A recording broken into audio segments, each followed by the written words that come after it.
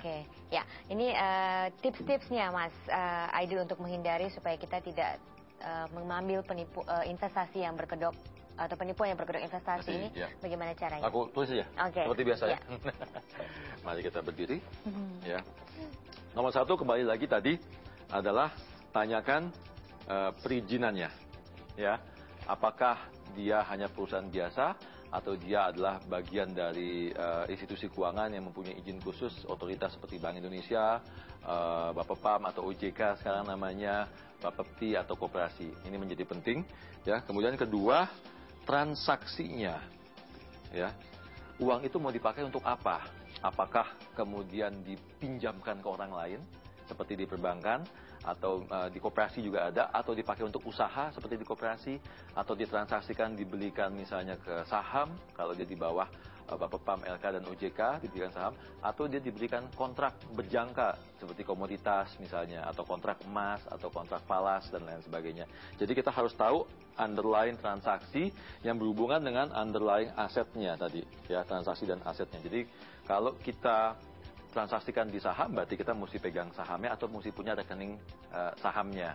Tapi kalau misalnya kita belikan emas, berarti kita mesti pegang fisik emasnya. Kalau kita belikan kontrak emas, berarti kita mesti pegang perjanjian kontrak transaksi emasnya dan seterusnya. Kalau punya deposito, berarti kita punya pegang bilet depositonya. Itu yang disebut dengan asetnya. Ya kan? Jadi kalau kita tidak memiliki satu dari itu, berarti ini mencurigakan. Hati-hati, hati-hati, ya.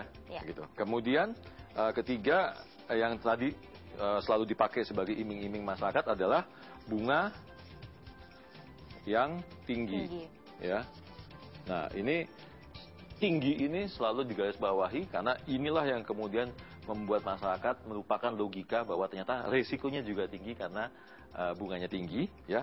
Kemudian adalah jaminan, ya, garansi baik dari sisi bunganya, bahwa dia akan dijamin bahwa akan dikembalikan uangnya, maupun jaminan dari jumlah bunganya tetap akan dibayarkan misalnya 4% atau 6% atau 8% per minggu atau per bulan. Ya.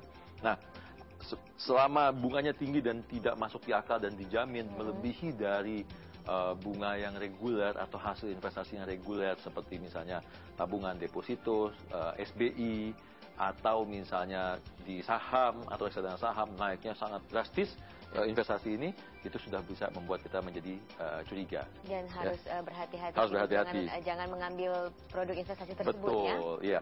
Kemudian skemanya, ya, kita mesti tahu apakah dia skema ada barangnya atau hanya money game, ya, hubungannya.